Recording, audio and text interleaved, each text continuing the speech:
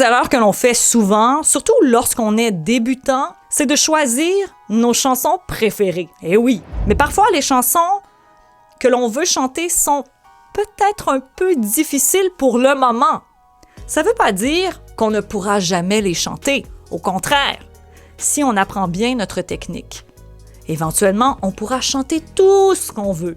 Mais si on est débutant, c'est mieux de choisir des chansons peut-être plus faciles vocalement, qui ne demandent pas extrêmement de technique, mais de choisir une chanson légèrement facile, difficile, je dirais, et apprendre de nouvelles techniques avec une chanson. On ne veut pas une chanson trop facile, mais on ne veut pas une chanson trop difficile, voire impossible à chanter. Pourquoi? Parce qu'on va se décourager. Le but, en cours de chant par exemple, c'est d'aimer la chanson qu'on chante. Choisir des chansons que l'on aime, oui, super, mais choisir des chansons trop difficiles vocalement sans avoir la technique vocale acquise pour chanter telle ou telle chanson, pour ma part, c'est plus risqué. C'est plus risqué vocalement. Donc, si on est débutant, on essaie de toujours choisir des chansons dans lesquelles on est à l'aise. Okay? Peu importe l'artiste. Ça ne veut pas dire que parce qu'on choisit un artiste, que toutes les chansons sont impossibles. Non, ça dépend comment est structurée la mélodie, la chanson, etc. Donc, si vous voulez chanter du Céline, super! Mais choisissez la chanson qu'il vous faut. La deuxième erreur, c'est de choisir des chansons qui ne correspondent pas réellement à notre tessiture ou même à notre étendue vocale. Pour connaître notre étendue vocale, il faut chanter la note la plus grave et aller jusqu'à la note la plus haute de notre voix. L'étendue vocale est beaucoup plus grande que la tessiture. La tessiture, c'est l'endroit où votre voix est à l'aise. Donc, c'est votre zone de confort vocal. On peut avoir une partie de la chanson où ça se passe très, très bien. Par exemple, les couplets. Et là, soudainement, la note aiguë arrive et là, on se dit « Non! La chanson est trop haute! » Donc, il faut ajuster correctement la chanson à notre voix. Et ça, c'est pas toujours évident.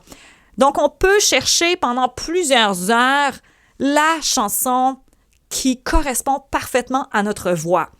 Mais on ne pourra jamais trouver la chanson parfaite à moins de la composer soi-même. Pourquoi? Parce qu'on connaît notre voix. Mais lorsqu'on prend les chansons des autres, dites-vous que les chansons sont écrites pour leur tessiture, pour leur étendue vocale. Il ne faut pas avoir peur de changer la tonalité. Si la chanson est trop haute, c'est OK, on la descend. Si les couplets sont trop bas, OK, on monte un demi-ton, un ton. L'important, c'est de se sentir à l'aise. L'important, c'est pas de garder la version originale pour faire comme l'artiste. Non, si on ne se sent pas bien dans la chanson, à quoi ça sert de la chanter?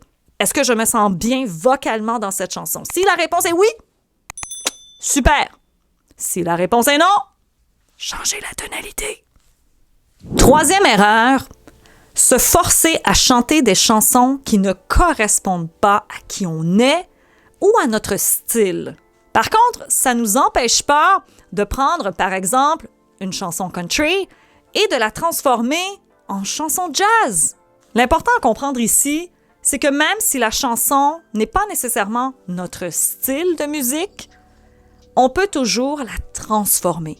Donc, si on veut travailler notre identité vocale, notre signature, il n'y a rien de mieux que de transformer une chanson. Par exemple, on peut prendre une chanson country et la transformer en une version jazz ou en une version heavy metal.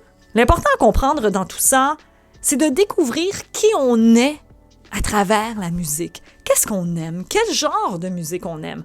On peut fusionner aussi des styles. On n'est pas obligé de rester pur classique ou pur country ou pur jazz ou R&B ou autre. On peut maintenant fusionner plein de styles ensemble et c'est ça qui rend la musique intéressante. Il faut avoir une réelle connexion avec la chanson.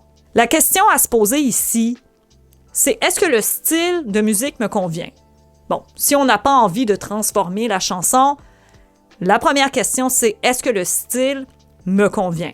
Est-ce que la tonalité de la chanson est correcte? Si oui, encore mieux. Sinon, vous savez quoi faire. Est-ce que je retrouve dans cette chanson un peu de ma personnalité? Et là, vous allez me dire, oui, mais Marie, c'est difficile. J'aime plein de styles différents. Moi aussi. Mais quand vient le temps de chanter, je sais quel genre de chanson me convient. Et c'est ça. Quand on est débutant, on se cherche. On cherche partout. On essaye du country, on essaye du heavy metal. Oui, on essaie du heavy metal. Pourquoi pas?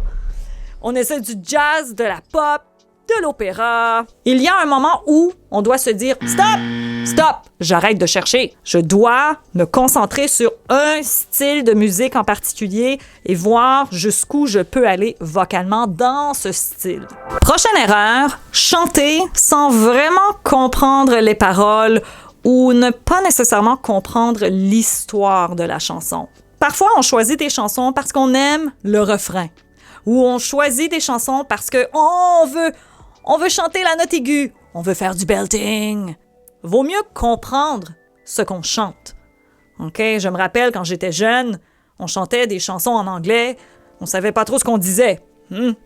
Mais quand tu réécoutes les chansons plus tard, tu fais comme « Ah! OK. Intéressant. » Donc, c'est important de savoir ce qu'on chante. Il faut être capable de vivre la chanson, d'exprimer ses émotions à travers les notes de musique. Et c'est ça qui est le plus difficile, je crois. Parce que chanter, c'est chanter. On va chanter les notes à la bonne hauteur. On va appliquer notre technique. Mais quand vient le temps d'interpréter, parfois, on n'a pas nécessairement le goût d'aller réveiller des vieilles blessures et c'est OK. C'est important de comprendre l'émotion derrière chaque phrase. Mais quand on n'est pas un acteur ou qu'on n'a jamais pris des cours de théâtre, parfois, on ne sait pas trop par où commencer. On se dit « OK, je dois jouer l'émotion. Il ne faut pas surjouer non plus. Oh, je suis triste. Oh. » C'est mauvais. C'est trop. OK? Donc, il faut trouver un juste milieu entre en faire trop et ne pas en faire assez au niveau de l'émotion.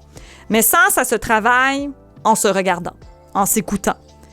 Donc, je vous dis encore une fois, regardez-vous, écoutez-vous et essayez de lire les paroles comme si c'était un poème. OK? Essayez de voir l'histoire, de comprendre l'émotion derrière les phrases.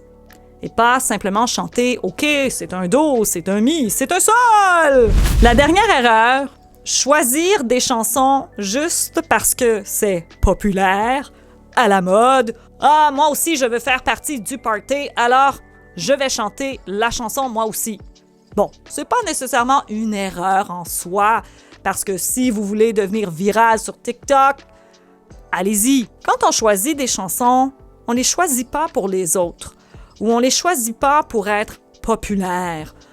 OK? On les choisit parce qu'on aime la chanson, parce qu'on a un lien spécial avec cette chanson-là. Souvent, on se dit « OK, je vais laisser mon prof me choisir les chansons. » Pour ma part, ce sont mes élèves qui choisissent leurs chansons. Et moi, j'approuve. Oui, non, peut-être. Attention, ici, on ne parle pas des chansons imposées pour des concours de chant. Les concours de chant, c'est une autre histoire. Souvent, il y a des chansons imposées. Il y a des styles imposés, etc. Donc ça ne concerne pas les chansons d'audition ni les chansons de concours. Ça concerne les chansons qu'on choisit pour soi. Normalement, on chante des chansons parce qu'on veut exprimer quelque chose à travers la chanson.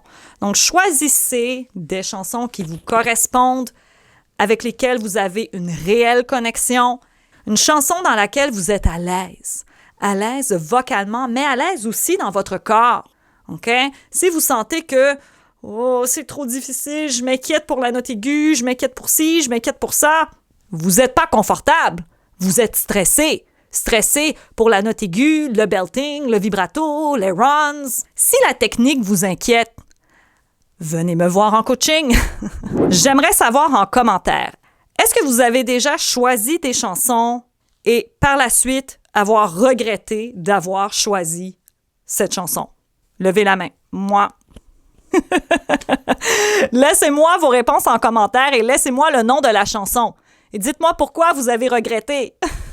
Je vous rappelle que si vous êtes intéressé à suivre un cours de chant, un coaching, un bilan vocal avec moi en ligne, toutes les informations sont sur écolelavoixchantée.com.